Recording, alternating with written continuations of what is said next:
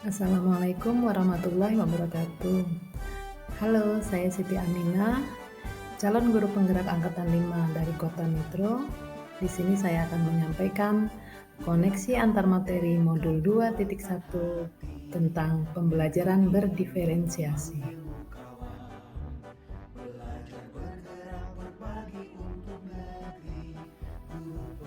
Apa yang dimaksud dengan pembelajaran berdiferensiasi? Pembelajaran berdiferensiasi adalah serangkaian keputusan yang masuk akal yang dibuat oleh guru yang berorientasi kepada kebutuhan belajar individu. Adapun ciri-ciri atau karakteristik pembelajaran berdiferensiasi adalah guru dan murid memiliki tujuan pembelajaran yang didefinisikan secara jelas. Guru merespon kebutuhan belajar muridnya, lingkungan belajar yang mengundang murid untuk belajar, manajemen kelas yang efektif, dan penilaian berkelanjutan. Adapun contoh pembelajaran berdiferensiasi misalnya murid berlatih membuat teks prosedur dengan topik sesuai minat murid. Pembelajaran yang menggunakan banyak gambar atau alat bantu visual, penyediaan video yang dilengkapi penjelasan yang secara lisan yang dapat diakses oleh murid. Memperbolehkan murid-murid memilih cara mengekspresikan, mendemonstrasikan proses belajarnya. Dan yang bukan merupakan contoh pembelajaran berdiferensiasi adalah guru memberikan lembar kerja tambahan untuk murid-murid yang telah selesai mengerjakan tugasnya, guru memberikan tugas yang berbeda kepada setiap murid, atau guru mengelompokkan murid yang pintar dengan yang pintar dan yang kurang dengan yang kurang.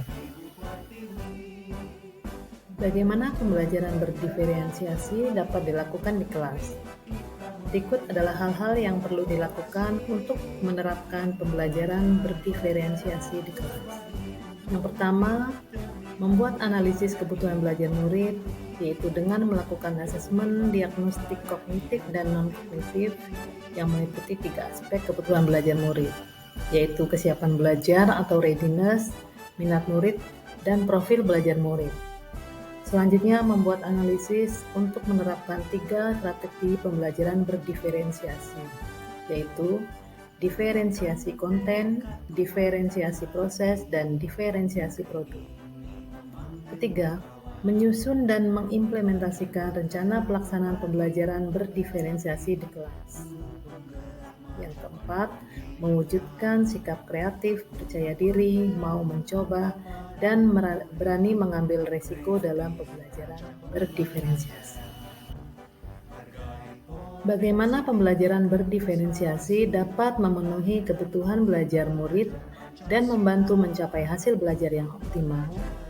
Yang pertama, dengan melakukan pemetaan kebutuhan belajar murid yang meliputi 3 aspek. Kesiapan belajar atau readiness.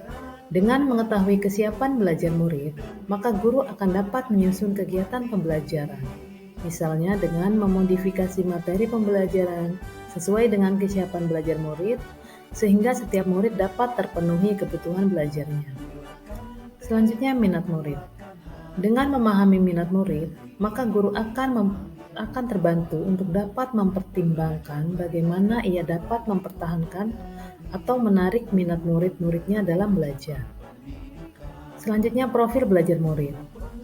Memahami profil belajar murid sangat penting agar guru dapat memvariasikan metode dan pendekatan dalam mengajar sehingga dapat memberikan kesempatan kepada murid untuk belajar secara natural dan efisien.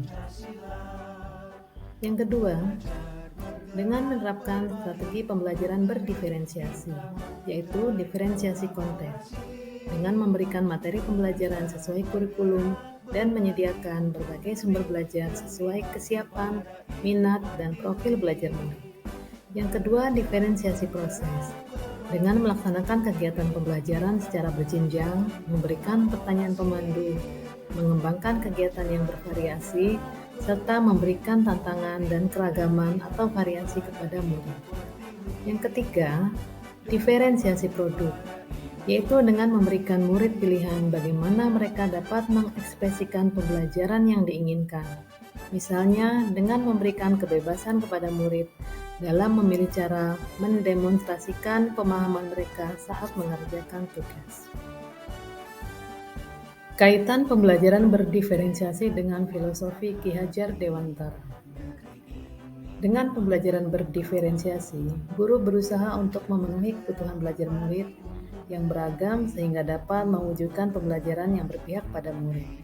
Hal ini sejalan dengan filosofi Ki Hajar Dewantara, yaitu bahwa mendidik adalah menuntun skala kodrat yang ada pada anak, yaitu kodrat alam dan kodrat zaman, agar mereka dapat mencapai keselamatan dan kebahagiaan setinggi-tingginya, baik sebagai manusia maupun sebagai anggota masyarakat. Kaitan pembelajaran berdiferensiasi dengan nilai dan peran guru penggerak. Dalam penerapan pembelajaran berdiferensiasi, guru berusaha untuk memenuhi kebutuhan belajar murid yang beragam sehingga dapat mewujudkan pembelajaran yang berpihak pada murid. Hal ini sesuai dengan nilai guru penggerak, yaitu berpihak pada murid, di mana kegiatan pembelajaran dilakukan untuk memfasilitasi belajar murid sesuai dengan kebutuhan, potensi, dan minat yang dimiliki murid.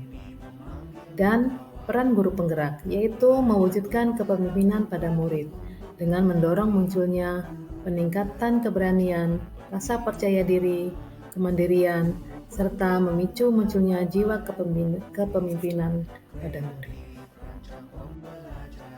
Kaitan pembelajaran berdiferensiasi dengan visi guru penggerak. Dalam pembelajaran berdiferensiasi, guru berusaha untuk memenuhi kebutuhan belajar murid yang beragam sehingga dapat mewujudkan pembelajaran yang berpihak pada murid. Hal ini tentu sejalan dengan visi guru penggerak, yaitu untuk mewujudkan peserta didik yang berakhlak mulia, mandiri, kreatif, dan inovatif, serta bermanfaat bagi diri sendiri dan manusia lain di sekitarnya.